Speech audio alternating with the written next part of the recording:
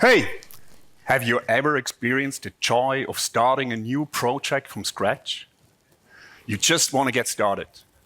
You go to the wizards you have all over distributed in your organizations. Maybe you have a developer portal.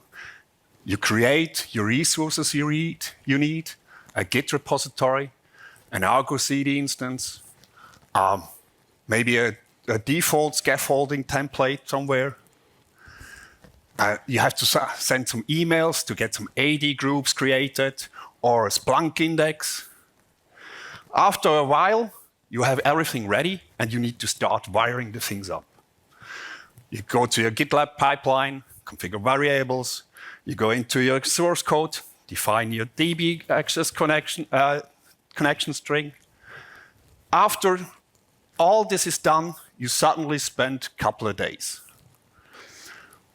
I don't know about our audience, but I struggled often with that process at starting of a new project. Well, that's where we've been a couple of months ago as well. My name is Dominik. I'm enterprise architect at Raiffeisen. I'm Christoph Raaflaub, platform architect from Puzzle ITC. We were brought in to guide Raiffeisen on their journey to an internal developer platform. We were helping them getting from Selecta vending machines to an automated factory, bringing menu as a service. Well, I wasn't the only one witnessing all developers wiring up this stuff from day to day. That's why 4 of us met somewhere off-site, and that was the day the vision of Concierge was born. The vision was quite simple at the end, although we spent a couple of hours to actually discuss it. But at the end, it was, we want to have a platform where still a developer is able to order everything he needs, but this time, everything needs to be wired up from day one.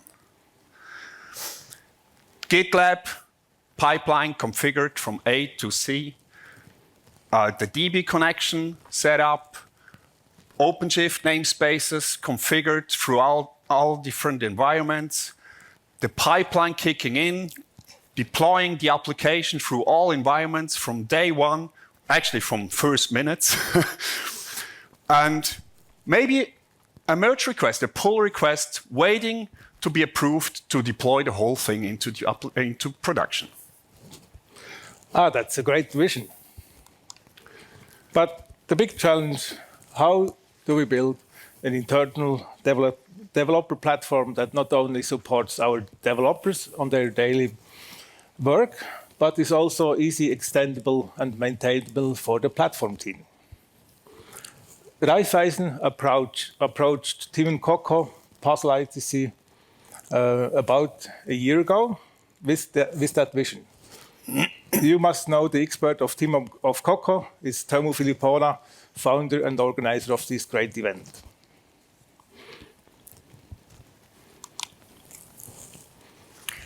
So, explain us, what is a developer platform and not just a portal? So, this here is the visualization of the Cloud Native Computing Foundation.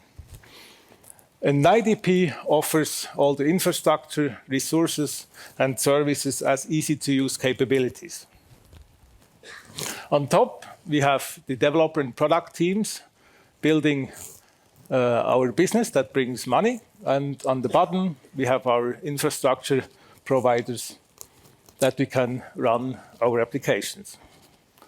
The core in between is our internal developer platform. It provides capabilities that should be easy to use as a self-service.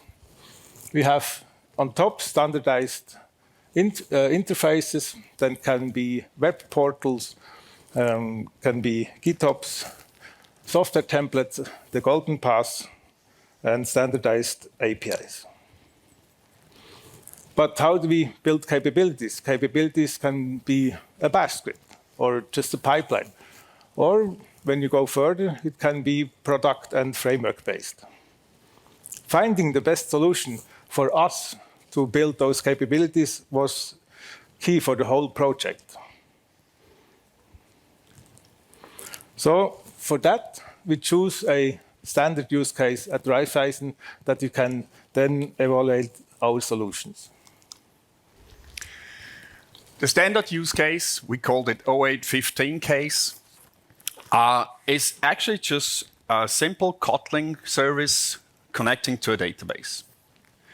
But behind it, there's quite a lot to do to get that one up and running in the different environments. So we wanted to have the source repository created automatically, scaffold, initialized the code repository with a working application, create the GitOps project where Argo CD is reconciling on top. Needed to order databases. The database needed to be approvable, like we need an approval step from a third party. We needed to pack the credentials into a vault, which is CyberArk in our case. We needed to be able to send emails because some stuff is still not automatable in these early stages. The build should trigger automatically and deploy the whole thing through, push the change manifests into the GitOps repository, so Argo CD is listening on it.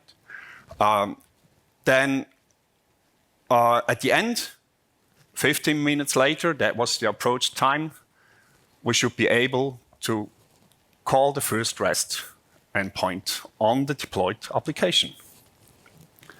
But we didn't start with the implementation right away. We did some POC. The technologies to be tested, we selected by market search and assessment by experts and renewed companies. One is Kratix from Syntasso. It's an open source platform to build custom IDPs. You can write promise that then the developer can use as a self-service and provide their infrastructure. The second technology is the Red Hat Developer Hub with the Orchestrator. The Orchestrator is an extension bringing a workflow engine based on Sonata Flow. Each of those technologies, we did a proof of value. It lasted 1 month each, and we were able to implement the standard 0815 case of Raiffeisen with both stacks and could show that then to Raiffeisen. Kratix convinced us with the easy extendability of the Kubernetes API. And this is something that we thought this is the way that we should go. But we had to write a massive YAML. The YAML defined those promises, and they were built as Docker containers. We didn't have SDKs at this time, so we had to write all the boilerplate code, and we didn't have easy-to-use integrations in popular systems like Jira or GitLab. The Red Hat Developer Hub, or HDH, really was an enterprise portal that we could easily deploy. And it brought us security features and enterprise features. The downside was the whole system was, the architecture and setup was complex. And we had to write the whole workflow logic in YAML. So this was also a thing that we thought for the maintenance, this could be hard.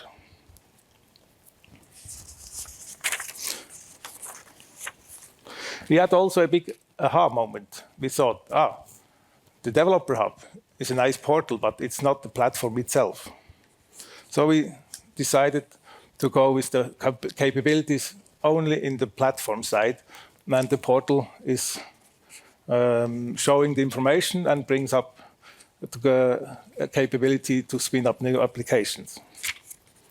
The decision, we decided to use the Red Hat Developer Hub as our portal, and we then also decided to implement the whole orchestration logic of the capabilities with Kubernetes operators. The Kubernetes operators, we use the Java SDK and build them with Java Kotlin, what is the main stack of Raiffeisen. So, Domi, tell us something about the architecture of Concierge. Sure. After we finally made the decision which tools we want to use, there are some important or key architecture decisions we had to make. One of the main decisions we had to make is what is the primary interface a user actually will be able to interact with the system. We settled down to the KRM, the Kubernetes Resource Model. Not just because it's easy to integrate it into the portal, the RHDH, Red Hat Developer Hub, which in turn is actually a Backstage distribution, but also because it gives us the base to evolve the system and plug on other clients onto it, like AI agents or GitOps and stuff like that. The second thing was we decided to have one cluster to rule them all, a management cluster. In our environment, we have different clusters distributed for different purposes, for test environments, but also depending on the different network zones. So we settled for one management cluster, which is capable to manage all the other ones. Then, in terms of segregation of responsibility, we also decided to separate the code repositories from the GitOps repositories. So while the pipeline still pushes all the new changes into the GitOps repository, there's someone else responsible to actually approve the merge request on the GitOps repository. Then, based on the decision for the KRM, we also decided the portal should not interact with any other systems directly. It is just all the actions we trigger, even via any research from it, are independent actions which can be triggered by GitOps itself as well. Then, in terms of how users instantiate their needs, we went for two different main golden paths. We have what we called the app shell, which creates the surrounding needs for an application to be distributed, to build. That includes Argo CD instance, Artifactory repositories, GitLab groups, AD groups, all this stuff which can be reused for multiple components. Then we have the golden paths, which in turn are actually really what we want to have at the end. The developer wants to have a Kotlin service which connects to a database, and that's instantiated by a golden path. So let's take a closer look at the architecture. At the very high level, we have our orchestrator, the capability orchestrator, which is the operator running in the management cluster. This management cluster or this operator is capable, as we said, to manage all the other clusters and resources around it. The resources, also like GitLab and enterprise architecture model, are those fire events whenever any changes happen. Like a deployment happened, a pipeline was triggered, or a new component was created in the enterprise architecture model. These events get collected by the entity service. The entity service is the one and only collecting all this information and creating Backstage entities. You might be familiar with the catalog info YAML from Backstage. So this service creates all these YAMLs on the fly, pushes it into Kafka, and then we have a single plugin in the portal which consumes all these events and creates the entities on the fly. But as we mentioned, the portal is not the only interface. We also have APIs and other Kafka topics ready to be consumed by other components, other systems, yes. So it's time to celebrate. We built that after half a year that Tim and Coco, Puzzle ITC, and Raiffeisen met for the first time. This is the first production run when Concierge built productive golden path and deployed our application. Way! But we talked long enough about Concierge. Domi, please show it to the world. Sure. Here it is. So this is the interface a user sees when he enters the portal the first time. One of the main parts of it is the catalog. A bit anonymized. You see all the applications here we have in our test environment. You get into it and you have the possibility to see the descriptions. You can go to source directories and you get a relation or a diagram showing you all the relations components. Like this one here I created for this demo here. So we have the blue part here, which in turn is actually the application shell as described before, and we have three instances of different services here connected to it, or served by that shell. So how do we do that? We go to the self-service. Let's choose the Kotlin component with MySQL. I select the shell, which I just explained before. I create a new, or give it a new name. Mention the reference into the enterprise architecture model, which we need to be able to make the whole picture. We go there. That's it. Creating it. Run. Here it is. So it's already in the catalog here. And we have the code repository behind it in GitLab. No.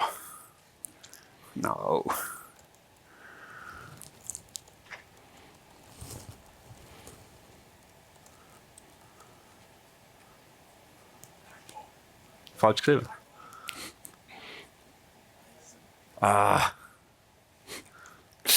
Murphy. Yes.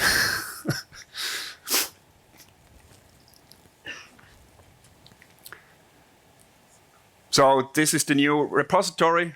As you see, the pipeline just triggered. It's taking about 15 minutes, and then everything is up and running.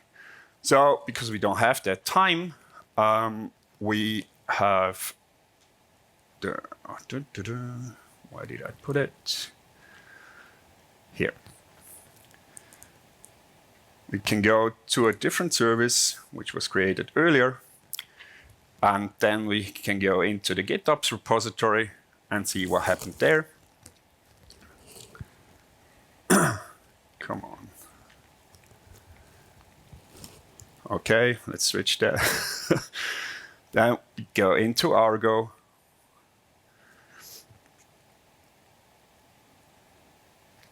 And here we have, this is all the different components managed by this Argo application. So we have the app of apps pattern used here. And in here, we have the different components. What you see here is that it is marked as degraded, but the reason for this is actually quite simple. The database for production is not approved by the DB team yet. So that's the only resource which did not get created here. The database in the first test environment actually is set up. And here you see our custom resource defined, which creates the database.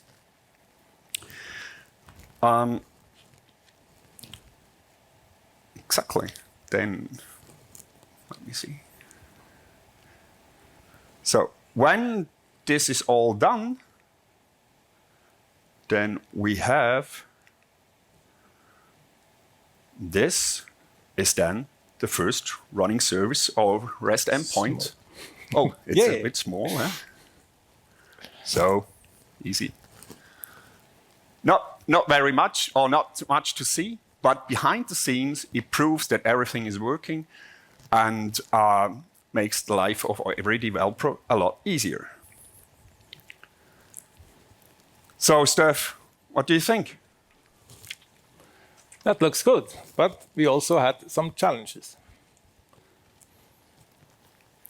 Yep.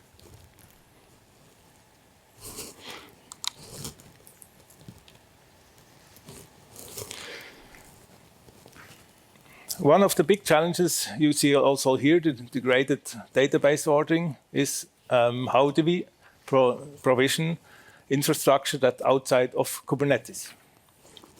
For that, we have to include the other teams, like the database team, talk to them and bring up an interface that we then can automate from Concierge.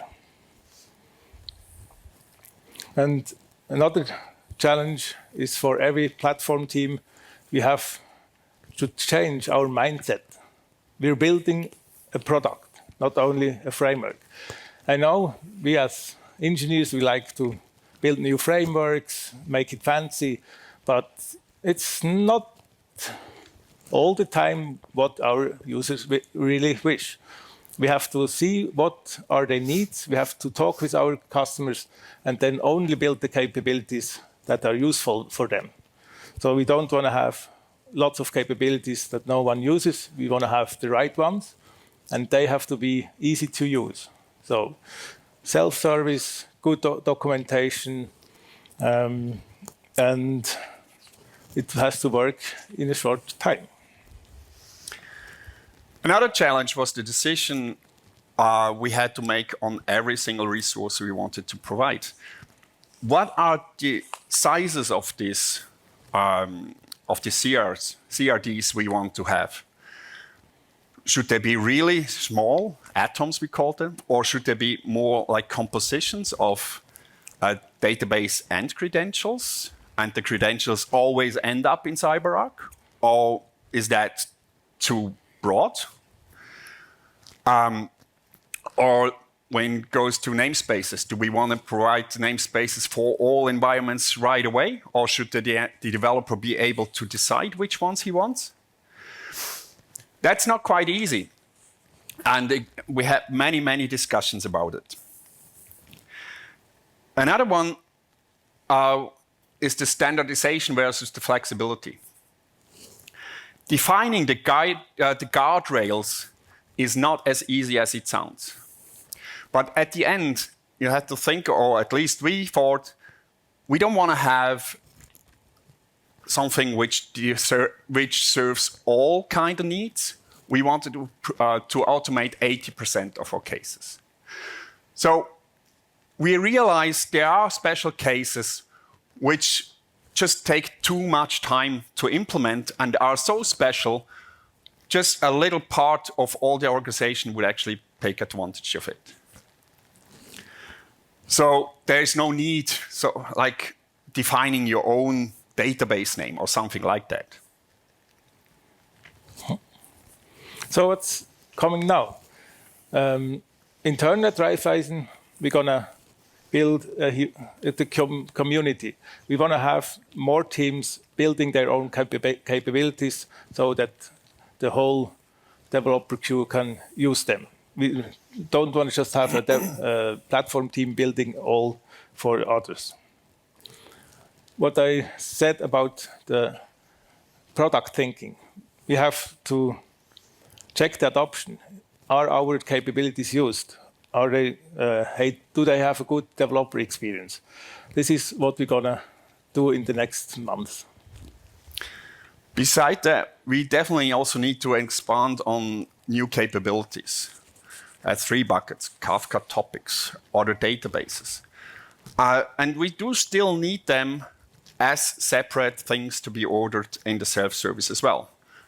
Not always, it doesn't always start by a new project which you can trigger with a golden path.